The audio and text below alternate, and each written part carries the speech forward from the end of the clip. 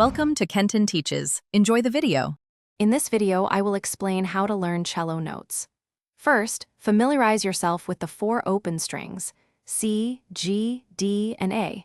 Next, understand how finger placement on the fingerboard changes the pitch. We'll cover basic finger positions and how to practice effectively.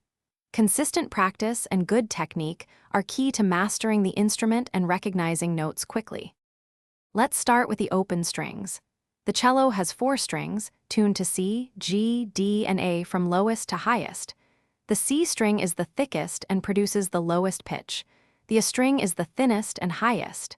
Spend time playing each open string, focusing on producing a clear, resonant tone. This builds a foundational sound memory. Now, let's explore the fingerboard. As you place your fingers down, the notes ascend in half steps.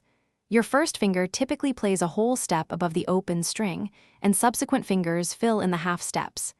Many beginners use small tape markers to guide accurate finger placement. Focus on a relaxed, curved hand shape and firm fingertips for clear notes. Consistent practice is crucial. Incorporate scales and arpeggios into your daily routine to build finger strength and note familiarity. A metronome is invaluable for developing steady rhythm and timing.